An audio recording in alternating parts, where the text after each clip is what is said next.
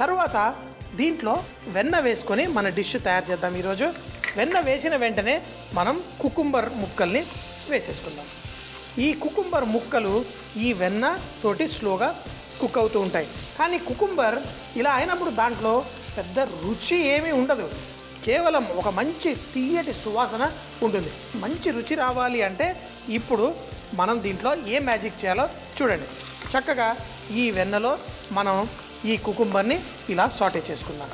ఇలా చేసుకుంటూ దీంట్లో మనం కొంచెం అంత ఉప్పు వేసుకుందాం. చూడండి, ఉప్పు, అలాగే పచ్చిమిరపకాయలు, సన్నగా తరిగిన ఈ వెల్లుల్లి కూడా దీనికి మంచి టేస్ట్ ఇస్తుంది. రొయ్యలు వెల్లుల్లి కూడా అద్భుతమైన కాంబినేషన్. కానీ దీంట్లో కొత్తిమీర లాస్ట్లో వేసుకోవాలి. ఇప్పుడు దీన్ని మనం టేస్టీగా చేయడం కోసం ఈ రొయ్యల స్టాక్ ఇక్కడ ఈ ఉన్న నీళ్ళని ఇందులో వేసుకుందాం. ఈ నీళ్ళల్లో ఆ వస్తున్న సువాసన అద్భుతం. మరి ఆ నీళ్ళల్లోనే ఈ కుకుంబర్ని కుక్ చేసుకోవాలి. చూడండి ఈ విధంగా. ఇప్పుడు మీరు రొయ్యల కూర సాధారణంగా ఇంట్లో చేసుకునేటప్పుడు కూడా ఈ నీళ్ళని పరేయకుండా చక్కగా కూరలో వాడుకుంటే మీ రొయ్యల రుచి, ఆ కూర రుచి రెట్టింపు అవుతుంది. ఇప్పుడు మనం కుకుంబర్ దీంట్లో ఉడుకుతుంది. కేవలం 2 నిమిషాల్లో దీంట్లో మనం రొయ్యలు వేసుకొని దీన్ని కుక్ చేసుకుందాం. కొంచెం పెద్ద పెద్ద రొయ్యలు ఈ విధంగా వేసుకున్నాను. మీరు కావాలంటే ఒక చిట్టి రొయ్య దూరిపోయింది, దీన్ని కూడా ఇందులోనే వేసేసుకుందాం. సో మరి దీన్ని చక్కగా ఇలా బోల్డని రొయ్యలు, ఈ రొయ్యలతోటి మనం ఈ కుకుంబర్ కూర తింటే చాలా డెలిషియస్గా ఉంటుంది.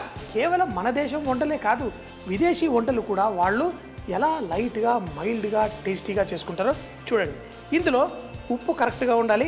ఆ పచ్చిమిరపకాయల నుంచి వచ్చే కొంచెం ఘాటు, కొత్తిమీర, దాంతోపాటు కుకుంబర్తో పాటు దీన్ని ఎంజాయ్ చేస్తే ఎంతో హాయిగా కడుపుకి ఇలా చక్కగా ఎంతో ఆనందం కలిగించే అద్భుతమైన రుచి దీంతో వచ్చేస్తుంది. రొయ్యలు వేసిన తర్వాత మనం మూత పెట్టేద్దాం. మీ అందరికీ తెలుసు రొయ్యలు ఎక్కువసేపు కుక్ చేస్తే బాగోదు.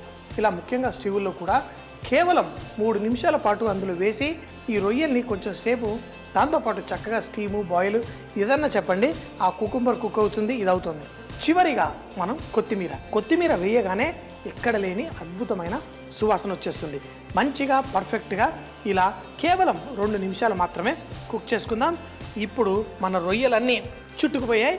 మరి దీన్ని ఎంతో మైల్డ్ సువాసనతో స్వీట్ ఫ్లేవర్ మన కుకుంబరు, రొయ్యలు పర్ఫెక్ట్గా రెడీ ఉంది.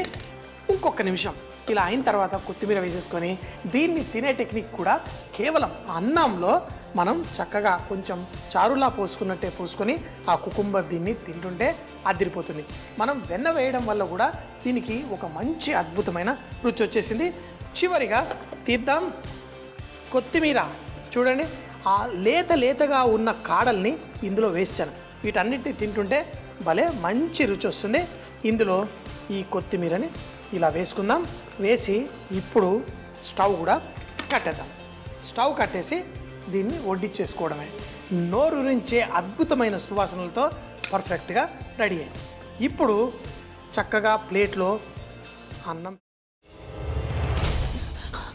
నువ్వు ఇంకేమన్నా చెప్పాలా? ఇంకేమన్నా అబద్ధం చెప్పాలనుకుంటే చెప్పేయి.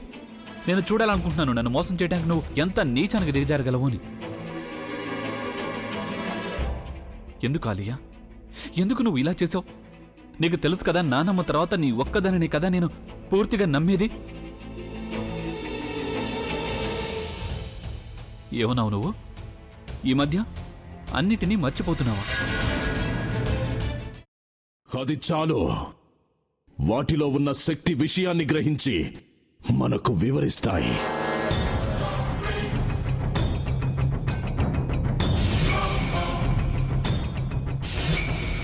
ఎవరు ఆ దండ విప్పొద్దు, గది తలుపులు తెరవద్దు.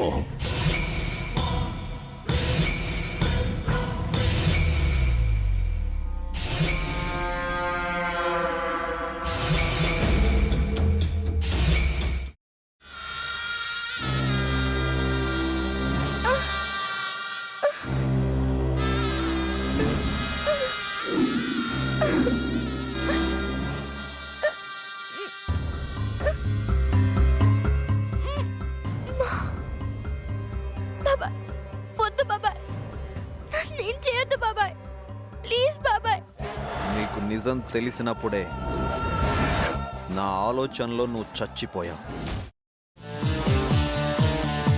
అబ్బా ప్లీజ్ కొంచెం తినండి ప్లీజ్.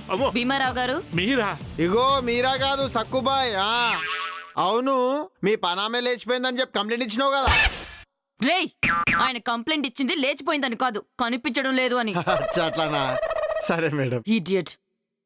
ఆ వంట మనిషి పేరేంటన్నారు? రత్తాలు మేడం.